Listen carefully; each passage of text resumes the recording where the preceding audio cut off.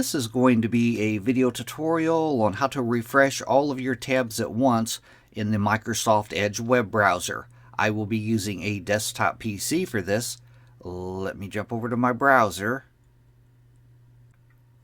I have the Edge web browser opened up now. If you look up top here, you can see I have a whole bunch of tabs opened up.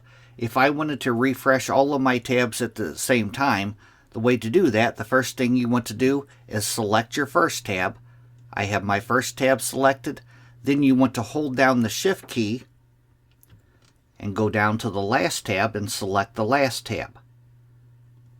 Now I have all of my tabs selected.